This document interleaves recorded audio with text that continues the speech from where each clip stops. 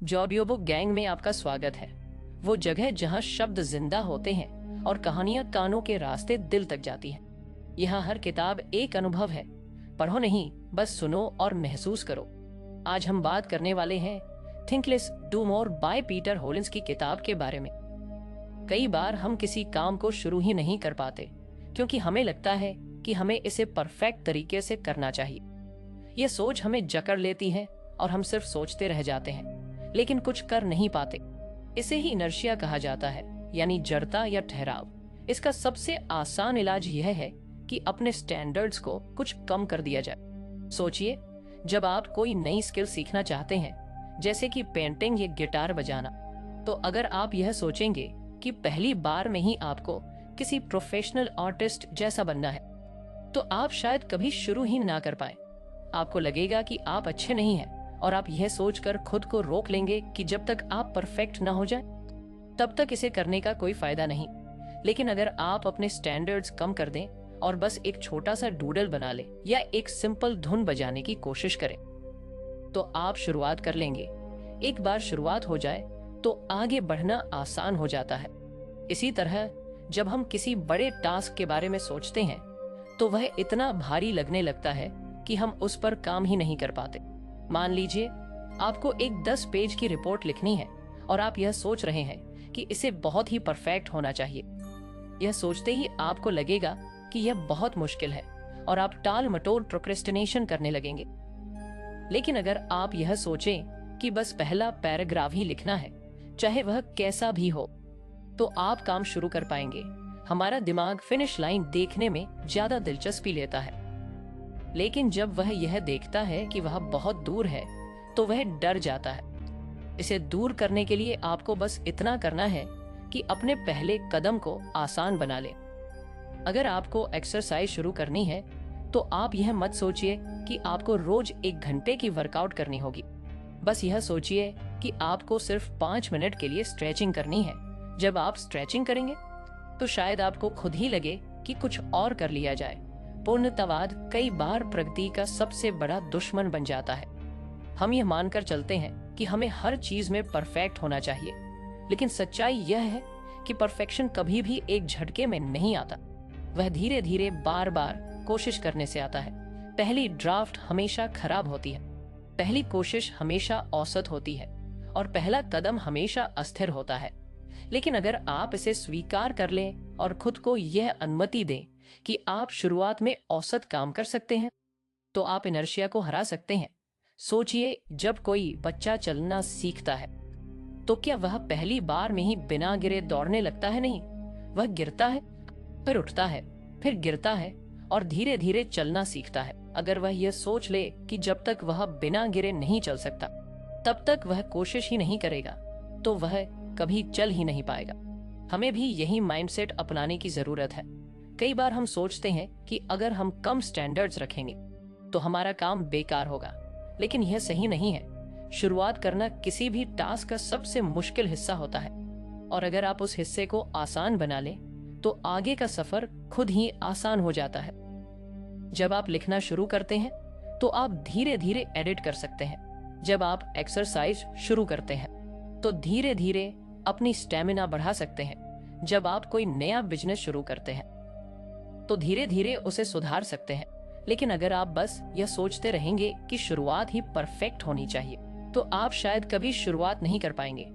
इसलिए अगली बार जब भी आपको लगे कि आप किसी काम को करने के लिए बहुत ज्यादा प्रेशर महसूस कर रहे हैं, तो बस अपने स्टैंडर्ड्स कुछ कम कर दीजिए। अपने टारगेट को छोटा बना दीजिए, काम को छोटे हिस्सों में तोड़ दीजिए और सबसे जरूरी बात, खुद को परफेक्ट होने का बोझ मत दीजिए। आपको केवल शुरुआत करनी है, चाहे वह शुरुआत कितनी भी छोटी क्यों ना हो। एक बार आप गति में आ गए तो इनर्शिया खुद ही खत्म हो जाएगा। अक्सर हम सोचते हैं कि किसी काम को करने के लिए पहले मोटिवेशन चाहिए। जब हमें मोटिवेटेड फील होगा तभी हम वह काम शुरू करेंगे, लेकिन सच्चाई इससे बिल्कुल अलग है। असल में मोटिवेशन का जन्म एक्शन से होता है, यानी अगर आप बिना मोटिवेशन के भी बस पहला कदम उठा लें तो धीरे धीरे आपको खुद ही मोटिवेशन मिलने लगेगा। जब आप किसी चीज को करने लगते हैं तो उसमें इन्वॉल्व हो जाते हैं, फिर आपका दिमाग खुद ही आपको आगे बढ़ने के लिए प्रेरित करने लगता है। मान लीजिए आपको एक लंबी बुक पढ़नी है, लेकिन आपको पढ़ने का मन नहीं कर रहा। आप सोच रहे हैं कि जब मुझे पढ़ने का मूड आएगा तब मैं इसे पढ़ूंगा। लेकिन अगर आप सिर्फ 2 पेज पढ़ने का एक्शन ले लें, तो आपका दिमाग धीरे धीरे उस प्रोसेस में घुसने लगेगा और आपको खुद ही लगेगा कि कुछ और पढ़ लिया जाए। यही चीज किसी भी काम पर लागू होती है, चाहे वह एक्सरसाइज हो, पढ़ाई हो, काम हो या कोई नया स्किल सीखना हो। अगर आप शुरुआत कर लेंगे तो मोटिवेशन अपने आप आ जाएगा। मोटिवेशन की समस्या यह है कि यह एक अस्थायी चीज होती है।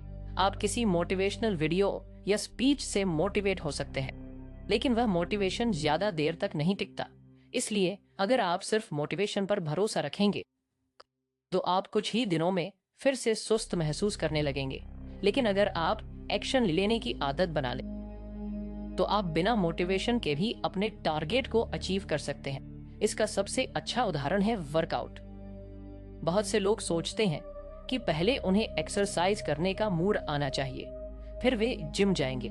लेकिन अगर वे सिर्फ 5 मिनट की स्ट्रेचिंग से शुरुआत कर लें तो उनका शरीर और दिमाग धीरे धीरे उसमें लग जाएगा। फिर उनका मन करेगा कि कुछ और एक्सरसाइज कर लें। यही प्रिंसिपल हर चीज पर लागू होता है। जब आप किसी भी काम को करने लगते हैं तो आपकी एनर्जी उस ओर शिफ्ट होने लगती है और मोटिवेशन अपने आप पैदा होने लगता है। सोचिए कि आपने कभी पहले किसी काम को करने में बहुत आलस महसूस किया होगा, लेकिन जब किसी कारणवश आपने उसे शुरू कर दिया तो आपको मजा आने लगा। इसका कारण यही है कि एक्शन लेने के बाद आपका दिमाग उसी दिशा में काम करने के लिए ट्यून हो जाता है।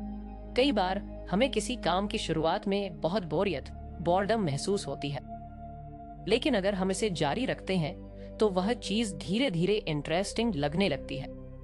यह साइकोलॉजिकल फैक्ट है कि जब हम किसी एक्टिविटी में इन्वॉल्व हो जाते हैं तो हमारा माइंड उसे कंप्लीट करने की दिशा में काम करने लगता है। इसका एक और बड़ा फायदा यह होता है कि जब आप एक्शन लेना शुरू कर देते हैं तो आपके अंदर की संदेह, सेल्फ डाउट और अनिश्चितता, अनसर्टेनिटी भी धीरे धीरे कम होने लगती है।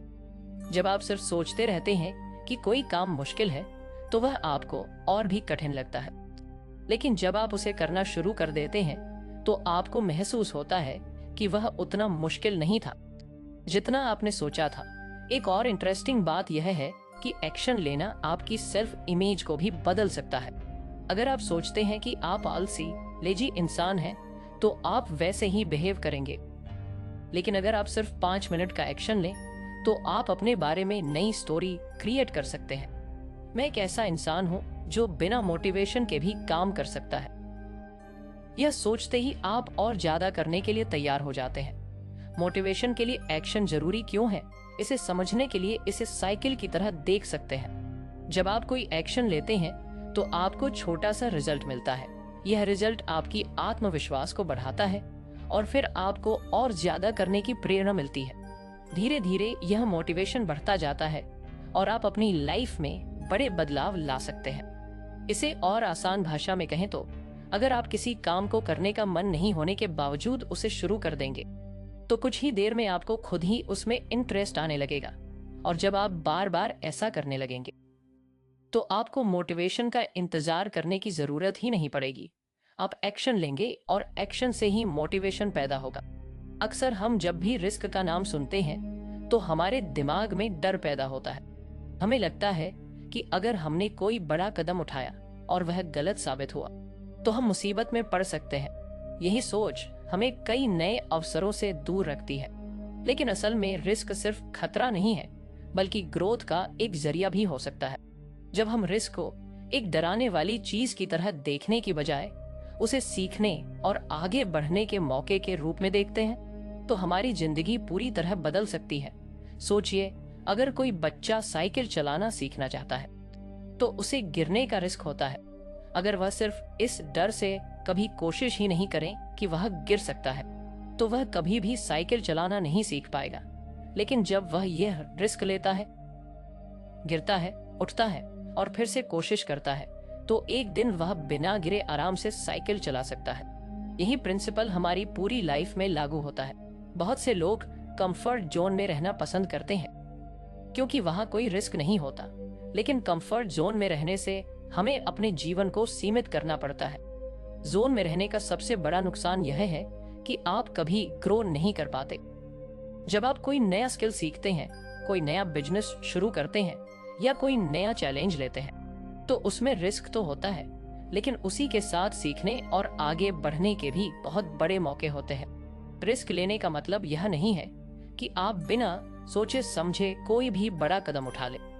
इसका मतलब यह है कि आप कैलकुलेटेड रिस्क लें, यानी आप पहले सिचुएशन को एनालाइज करें, उसके फायदे और नुकसान को समझें और फिर एक इन्फॉर्म डिसीजन लें। जब आप इस तरह से रिस्क लेते हैं तो आपके फेलियर के चांसेस कम हो जाते हैं और सक्सेस के चांसेस बढ़ जाते हैं। रिस्क को एम्ब्रेस करने का एक और बड़ा फायदा यह है कि यह आपको मानसिक रूप से मजबूत बनाता है। जब आप बार बार छोटे छोटे जोखिम लेते हैं और उनसे सीखते हैं तो आपके अंदर किसी भी चुनौती का सामना करने की क्षमता बढ़ जाती है। साथ ही साथ आपका कॉन्फिडेंस भी बढ़ता है। धीरे धीरे आपका दिमाग फेलियर को एक सीखने का प्रोसेस मानने लगता है, ना कि कोई ऐसी चीज जिससे डरना चाहिए। अगर आप अपनी प्रोफेशनल लाइफ में देखें तो जितने भी बड़े एंटरप्रेन्योर्स या लीडर्स हैं, उन्होंने कभी ना कभी कोई बड़ा रिस्क लिया है। अगर वे रिस्क लेने से डरते तो शायद वे आज उस मुकाम तक नहीं पहुंच पाते। स्टीव जॉब्स ने रिस्क लिया और एप्पल को बनाया। एलोन मस्क ने रिस्क लिया और टेस्ला और स्पेसएक्स जैसी कंपनियां खड़ी की। हर बड़ी सफलता के पीछे कुछ न कुछ रिस्क जरूर होता है। इसी तरह हमारी पर्सनल लाइफ में भी अगर हम हमेशा सेफ खेलने की कोशिश करेंगे तो हम कभी अपनी फुल पोटेंशियल तक नहीं पहुंच पाएंगे।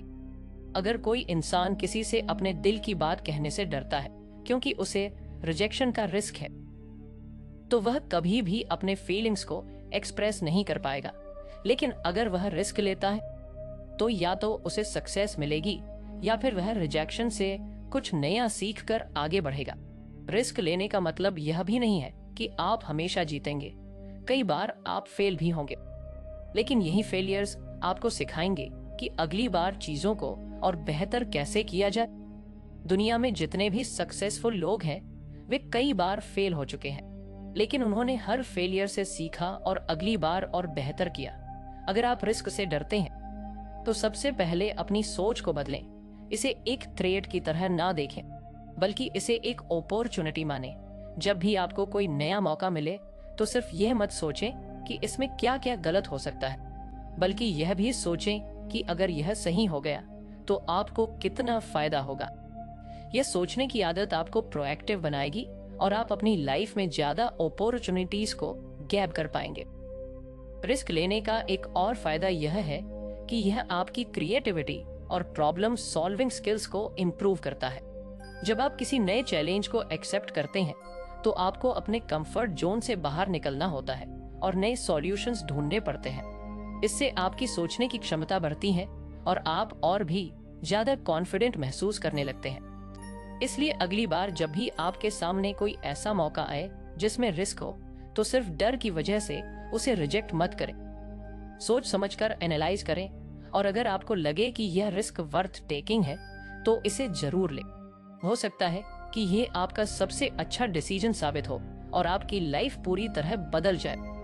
अक्सर जब हम अपने दिन को प्लान करते हैं तो हम एक टू डू लिस्ट बनाते हैं। इसमें हम वे सारे काम लिखते हैं जो हमें पूरे करने होते हैं, लेकिन कई बार हम देखते हैं कि हमारा दिन खत्म हो जाता है और हमारी लिस्ट के बहुत सारे टास्क अधूरे रह जाते हैं। इसका एक बड़ा कारण यह है कि हम उन चीजों पर ध्यान नहीं देते जो हमारा ध्यान भटकाती हैं और जो हमें फोकस्ड नहीं रहने देती। इसी वजह से हमें सिर्फ डू लिस्ट नहीं बल्कि एक डोंट डू लिस्ट भी बनानी चाहिए। यह एक ऐसी लिस्ट होती है जिसमें वे सारी चीजें होती हैं जो हमें अवॉइड करनी चाहिए ताकि हमारा ध्यान सही जगह पर रहे और हम प्रोडक्टिव रह सके। सोचिए, अगर आप सुबह उठते ही फोन पर सोशल मीडिया स्क्रॉल करने लगते हैं तो आपका बहुत सारा समय बेकार चला जाता है। आप सोचते हैं आपकी भूमिका एक हिंदी ऑडियो बुक एडिटर की है। आपको ध्यान से अनुच्छेद को सुनना है और उसमें उचित विराम चिन्ह डालने हैं।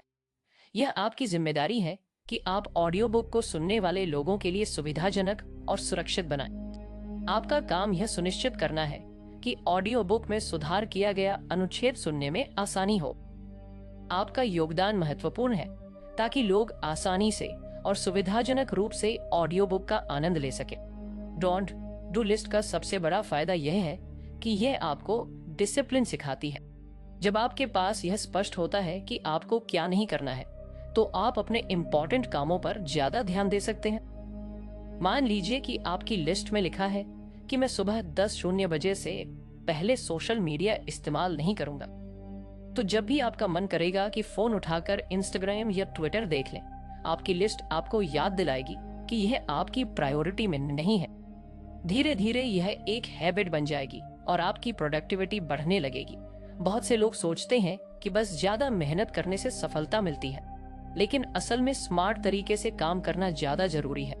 अगर आप सिर्फ व्यस्त रहने की बजाय अपने समय का सही इस्तेमाल करें, तो आप कम समय में ज्यादा कर सकते हैं। डोंट डू लिस्ट आपको यह समझने में मदद करती है कि कौन से काम सिर्फ आपका समय बर्बाद कर रहे हैं और उनसे बचकर आप अपनी एनर्जी सही दिशा में लगा सकते हैं। इसे और बेहतर बनाने के लिए आप अपनी लिस्ट को समय समय पर अपडेट कर सकते हैं। हो सकता है कि शुरू में आपको लगे कि सिर्फ सोशल मीडिया आपका ध्यान भटकाता है, लेकिन कुछ हफ्तों बाद आपको महसूस हो कि बार बार अनावश्यक मीटिंग्स भी आपका बहुत समय ले रही हैं। ऐसे में आपको अपनी डोंट डू लिस्ट में यह भी जोड़ना होगा कि मैं बेकार की मीटिंग्स में शामिल नहीं होऊंगा।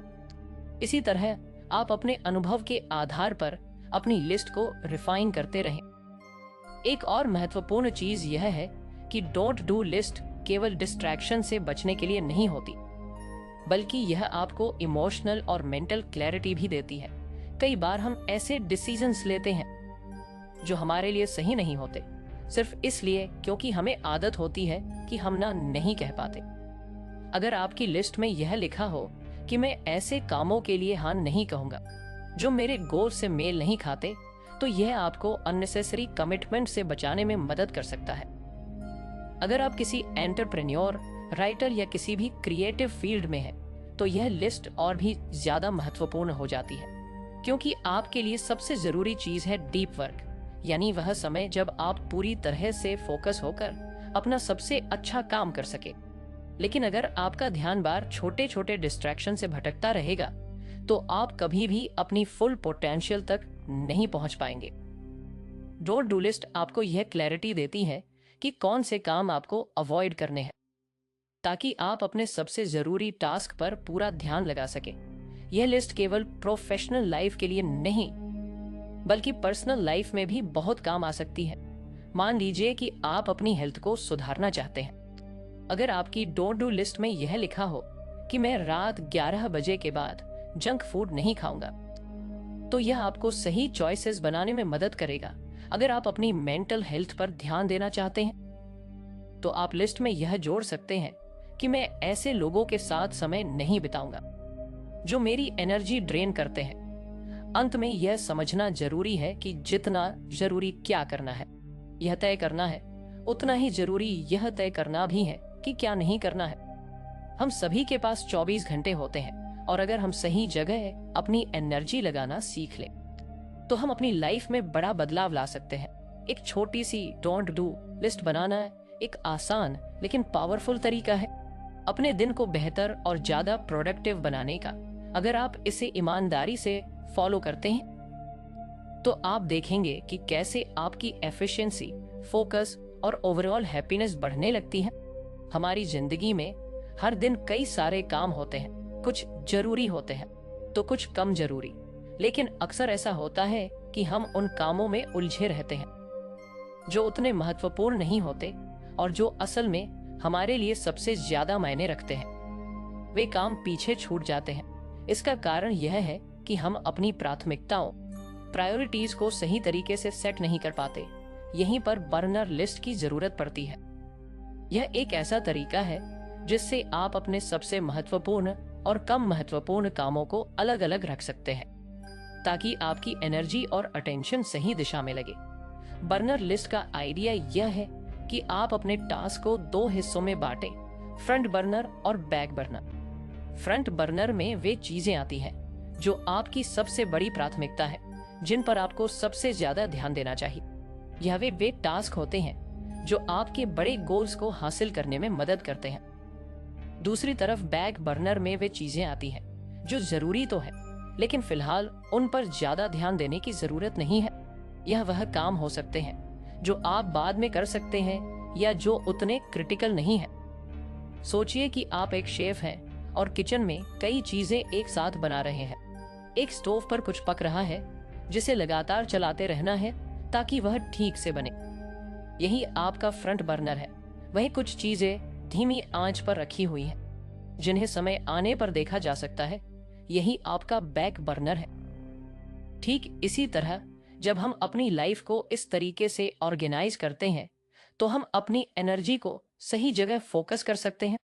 अगर आप किसी बड़े प्रोजेक्ट पर काम कर रहे हैं तो वह आपका फ्रंट बर्नर टास्क होगा।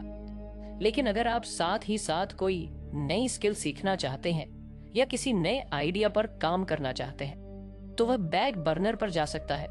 इसका मतलब यह नहीं है कि बैक बर्नर के टास्क बेकार हैं, बल्कि इसका मतलब सिर्फ इतना है कि उन्हें अभी उतनी प्रायोरिटी नहीं मिलनी चाहिए। इससे आपका ध्यान भटकता नहीं है और आप सबसे जरूरी चीजों पर फोकस कर पाते हैं। बर्नर लिस्ट को अपनाने का सबसे बड़ा फायदा यह है कि यह डिसीजन मेकिंग को आसान बना देती है। जब भी कोई नया टास्क सामने आता है तो आप तुरंत तय कर सकते हैं कि वह किस बर्नर पर जाना चाहिए। इससे आपका दिमाग क्लटर फ्री रहता है और आप जरूरी चीजों को मिस नहीं करते। इसका दूसरा फायदा यह है कि यह आपको मल्टीटास्किंग से बचाता है। अक्सर लोग एक साथ कई काम करने की कोशिश करते हैं और नतीजा यह होता है कि वे किसी भी काम को अच्छे से पूरा नहीं कर पाते। लेकिन जब आप जानते हैं कि कौन सा काम फ्रंट बर्नर पर है तो आप पूरी तरह उसी पर ध्यान लगा सकते हैं और बाकी चीजों को बाद में संभाल सकते हैं। बर्नर लिस्ट को और ज्यादा इफेक्टिव बनाने के लिए आप इसे हर हफ्ते या महीने में रिव्यू कर सकते हैं, क्योंकि प्रायोरिटीज समय के साथ बदलती हैं। जो काम आज बैक बर्नर पर है हो सकता है कि कुछ हफ्तों बाद उसे फ्रंट बर्नर पर लाने की जरूरत पड़े। इसलिए इसे समय समय पर अपडेट करना जरूरी है। यह सिस्टम ना केवल आपकी प्रोडक्टिविटी बढ़ाता है बल्कि आपको मेंटल क्लैरिटी भी देता है। जब आपका दिमाग बार बार यह सोचने में उलझा नहीं रहता कि अभी क्या करना चाहिए। अगर आप असिस्टेंट चाहते हैं तो आप इसे अपनी डेली लाइफ में छोटे छोटे डिसीजंस के लिए भी यूज कर सकते हैं। जैसे कि अगर आप फिटनेस पर ध्यान देना चाहते हैं तो उसे फ्रंट बर्नर पर रखें।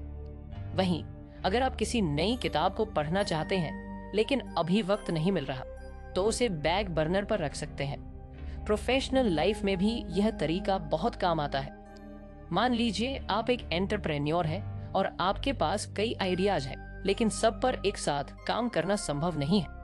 तब आप बर्नर लिस्ट बनाकर यह तय कर सकते हैं कि कौन सा आइडिया सबसे जरूरी है और किसे बाद में एक्सप्लोर किया जा सकता है। बर्नर लिस्ट का असली जादू इस बात में है कि यह आपको डिसिप्लिन सिखाती है। यह आपको यह समझने में मदद करती है कि हर टास्क एक जैसा जरूरी नहीं होता और अगर आप हर चीज पर एक साथ ध्यान देंगे तो कुछ भी अच्छे से पूरा नहीं हो पाएगा। जब आप यह समझ जाते हैं कि किन चीजों को प्राथमिकता देनी है और किन्हें फिलहाल साइड में रखना है तो आपकी प्रोडक्टिविटी और सक्सेस दोनों बढ़ने लगती हैं। इसलिए अगर आप अपने दिन को बेहतर तरीके से मैनेज करना चाहते हैं और सही चीजों पर अपनी एनर्जी लगाना चाहते हैं तो बर्नर लिस्ट को अपनी लाइफ में शामिल करें। यह एक आसान लेकिन पावरफुल तरीका है जो आपको क्लैरिटी देगा और आपके सबसे जरूरी गोल्स को पूरा करने में मदद करेगा। हमारी जिंदगी में हर दिन बहुत सारे डिसीजंस लेने पड़ते हैं, कुछ छोटे कुछ बड़े। कई बार हम बहुत छोटे छोटे डिसीजंस पर भी इतना ज्यादा सोचने लगते हैं कि हमारा दिमाग थक जाता है और बड़े डिसीजंस लेने की एनर्जी ही नहीं बचती। इसे ओवर एनालिसिस कहा जाता है और यह हमारी प्रोडक्टिविटी और कॉन्फिडेंस दोनों को कम कर देता है। इसका सबसे अच्छा समाधान है सुपर स्ट्रक्चर डिसीजन मॉडल अपनाना। यह एक स्ट्रक्चर तरीका है जिससे आप जल्दी और सही डिसीजंस ले सकते हैं बिना जरूरत से ज्यादा सोच विचार में फंसे। सोचिए कि अगर हर बार आपको यह सोचना पड़े कि आपको सुबह क्या पहनना है, क्या नाश्ता करना है या किस ईमेल का जवाब पहले देना है तो आपका दिमाग इन छोटे छोटे डिसीजंस में ही उलझ जाएगा। यही कारण है कि कई सक्सेसफुल लोग अपने रोजमर्रा के डिसीजंस को सिंपलीफाई कर देते हैं। उदाहरण के लिए स्टीव जॉब्स और मार्क जुकरबर्ग हमेशा एक जैसा कपड़ा पहनते थे ताकि उन्हें हर दिन इस बारे में डिसीजन ना लेना पड़े। इसी तरह अगर आप एक स्ट्रक्चर्ड डिसीजन मेकिंग फ्रेमवर्क अपना लें तो आपका दिमाग ज्यादा जरूरी चीजों पर फोकस कर पाएगा। सुपर स्ट्रक्चर डिसीजन मॉडल का मतलब है कि आपके पास एक प्री डिफाइंड सिस्टम हो जो आपको यह तय करने में मदद करे कि कौन सा डिसीजन कैसे लेना है। इससे आप सोचने में कम समय लगाएंगे और आपकी चॉइसेस आपके गोल्स के साथ अलाइन रहेंगी। यह मॉडल खास तौर पर उन लोगों के लिए बहुत फायदेमंद है जो अक्सर डिसीजन पैरालिसिस का शिकार हो जाते हैं, यानी जब बहुत सारे ऑप्शंस होते हैं और हम यह तय ही नहीं कर पाते कि कौन सा सही है। इस मॉडल को अपनाने का पहला स्टेप यह है कि आपको यह तय करना होगा कि आप किन तरह के डिसीजंस को ऑटोमेट कर सकते हैं। उदाहरण के लिए, अगर आप रोज यह सोचने में समय लगाते हैं कि आपको जिम जाना चाहिए या नहीं, तो इसे ऑटोमेट कर लें, यानी हफ्ते के कुछ दिन फिक्स कर लें कि उन्हीं दिनों जाना है। चाहे कुछ भी हो, इससे हर दिन इस डिसीजन को लेने की जरूरत ही नहीं पड़ेगी। दूसरा स्टेप है डिसीजन मेकिंग क्राइटेरिया सेट करना, यानी जब भी आपको कोई बड़ा डिसीजन लेना हो तो आपके पास कुछ प्रीडिफाइंड क्वेश्चंस होने चाहिए जो आपको सही चॉइस चुनने में मदद करें। जैसे कि क्या यह डिसीजन मेरे लॉन्ग टर्म गोल से मेल खाता है? क्या इससे मेरा समय और एनर्जी सही दिशा में लगेगा? अगर मैं यह डिसीजन गलत लेता हूं तो उसका सबसे बुरा असर क्या हो सकता है? जब आपके पास यह प्रीडिफाइंड फिल्टर्स होंगे तो आप बिना ज्यादा सोचे समझे सही डिसीजन ले पाएंगे। तीसरा स्टेप है पास्ट डिसीजन से सीखना। अगर आपने पहले कोई गलत डिसीजन लिया था तो उस पर एनालाइज करें कि गलती कहां हुई थी और अगली बार उस गलती को अवॉइड करने के लिए क्या किया जा सकता है। इससे आपकी डिसीजन मेकिंग एबिलिटी बेहतर होगी और आप फ्यूचर में ज्यादा कॉन्फिडेंट चॉइसेस ले पाएंगे। यह मॉडल न केवल आपकी स्पीड को बढ़ाता है बल्कि आपकी मेंटल क्लैरिटी भी बढ़ाता है। जब आप बार बार सोचने की बजाय एक स्ट्रक्चर्ड प्रोसेस के हिसाब से डिसीजंस लेने लगते हैं तो आपका दिमाग ज्यादा रिलैक्स रहता है और स्ट्रेस भी कम होता है। सुपर स्ट्रक्चर डिसीजन मॉडल आपको डिस्ट्रैक्शन से भी बचाता है। जब आपके पास एक सिस्टम होता है तो आप हर छोटी चीज पर ज्यादा ध्यान नहीं देते और केवल उन्हीं चीजों पर फोकस करते हैं जो आपके लिए सबसे ज्यादा मायने रखती हैं। इससे आप ज्यादा प्रोडक्टिव और एफिशिएंट बन जाते हैं। अगर आप अपनी प्रोफेशनल लाइफ में इस मॉडल को अपनाना चाहते हैं तो आप अपने काम के डिसीजंस को कैटेगरीज में बांट सकते हैं। अर्जेंट टास्क इंपॉर्टेंट होते हैं, बट नॉन अर्जेंट टास्क और कंप्लीटली अवॉइडेबल टास्क से आपको तुरंत यह समझ में आ जाएगा कि किस चीज को प्रायोरिटी देनी है और किसे छोड़ देना है। पर्सनल लाइफ में भी आप इसे यूज कर सकते हैं। अगर आप हर बार यह सोचते हैं कि आपको वीकेंड पर क्या करना है तो आप पहले से ही कुछ ऑप्शंस फिक्स कर सकते हैं, जैसे कि एक दिन फैमिली के साथ बिताना, एक दिन खुद के लिए रखना और एक दिन किसी नए एक्सपीरियंस के लिए। इससे आपको बार बार डिसीजन लेने की जरूरत नहीं पड़ेगी और आपका समय ज्यादा ऑर्गेनाइज्ड रहेगा। जिस सुपर स्ट्रक्चर डिसीजन मॉडल को अपनाने से आप न सिर्फ तेजी से डिसीजंस ले पाएंगे बल्कि आपको यह भी समझ में आएगा कि आपके चॉइसेस आपके गोल्स के साथ अलाइंड है या नहीं। यह एक पावरफुल तरीका है जो आपको ओवरथिंकिंग से बचाकर स्मार्ट और कॉन्फिडेंट डिसीजन मेकर बनाता है। हम सबकी बॉडी एक खास तरह की रिदम के हिसाब से काम करती है जिसे अल्ट्राडाइन रिदम कहा जाता है। यह वही नेचुरल साइकिल है जो हमारी एनर्जी लेवल्स को पूरे दिन में ऊपर नीचे करती रहती है। कई बार आपने महसूस किया होगा कि सुबह के किसी समय आप बहुत एनर्जेटिक और फोकस्ड महसूस करते हैं, लेकिन कुछ घंटों बाद अचानक से थकान या डिस्ट्रैक्शन महसूस होने लगती है। यही अल्ट्राडाइन रिदम का असर होता है। अगर हम इस नेचुरल एनर्जी साइकिल को समझकर अपने काम का स्केड्यूल बनाएं, तो हम अपनी प्रोडक्टिविटी को कई गुना बढ़ा सकते हैं। अक्सर लोग यह गलती करते हैं कि वे पूरे दिन एक ही तरह की एनर्जी एक्सपेक्ट करते हैं। वे सोचते हैं कि अगर वे सुबह 9:00 बजे से शाम 6:00 बजे तक लगातार काम करेंगे तो उनका आउटपुट हमेशा एक जैसा रहेगा, लेकिन ऐसा नहीं होता। हमारी बॉडी हर 90 से 120 मिनट के साइकिल में काम करती है। यानी लगभग 1.5 से 2 घंटे के बाद हमारी एनर्जी धीरे धीरे कम होने लगती है और हमें एक छोटे ब्रेक की जरूरत होती है। अगर हम इस नेचुरल साइकिल के हिसाब से काम करें तो हम ज्यादा प्रोडक्टिव और कम थके हुए महसूस करेंगे। सोचिए, अगर आप अपने हाईएस्ट एनर्जी लेवल के समय सबसे जरूरी और डिमांडिंग टास्क करें तो आपका काम कितना एफिशिएंट हो जाएगा। और जब आपकी एनर्जी लो हो तो आप ऐसे काम करें जो ज्यादा दिमागी मेहनत नहीं मांगते, जैसे कि ईमेल्स चेक करना, मीटिंग्स अटेंड करना या प्लानिंग करना। इस तरह आप अपने शरीर की नेचुरल रिदम के साथ काम करेंगे, न कि उसके खिलाफ। इसका सबसे अच्छा तरीका यह है कि आप अपने एनर्जी पैटर्न्स को ऑब्जर्व करें। एक हफ्ते तक ध्यान दें कि दिन के किस समय आप सबसे ज्यादा एनर्जेटिक और फोकस्ड महसूस करते हैं और किस समय आपको सुस्ती या डिस्ट्रैक्शन महसूस होती है।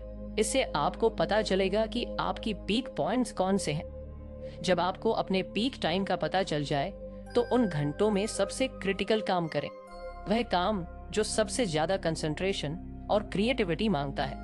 जैसे कि अगर आप राइटर हैं तो अपनी राइटिंग सुबह के हाई एनर्जी आवर्स में करें।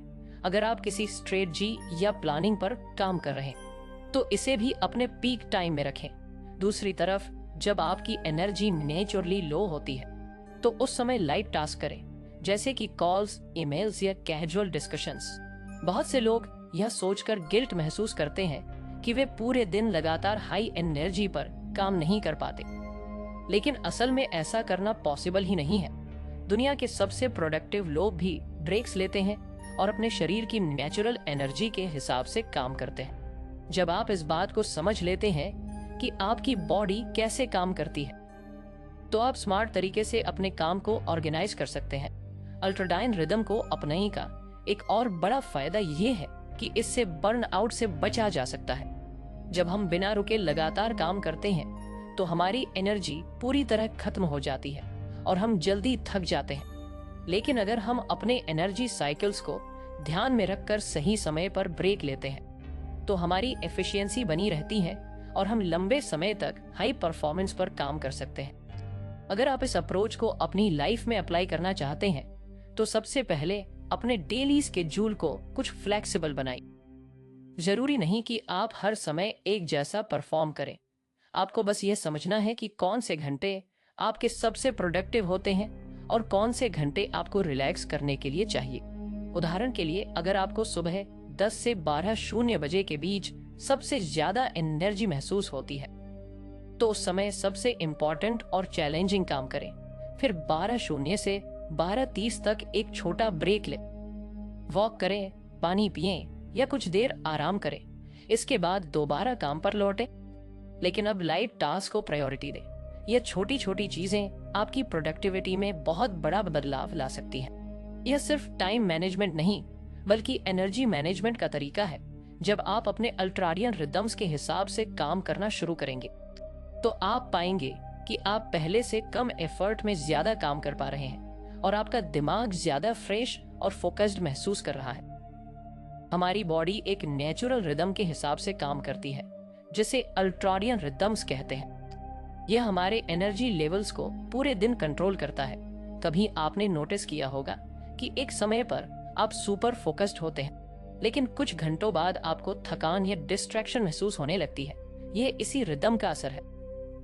अगर हम इसे समझकर अपने काम का सही स्केड्यूल बनाएं तो हम ज्यादा प्रोडक्टिव बन सकते हैं। अक्सर लोग यह सोचते हैं कि पूरे दिन एक जैसी एनर्जी बनी रहेगी, लेकिन ऐसा नहीं होता।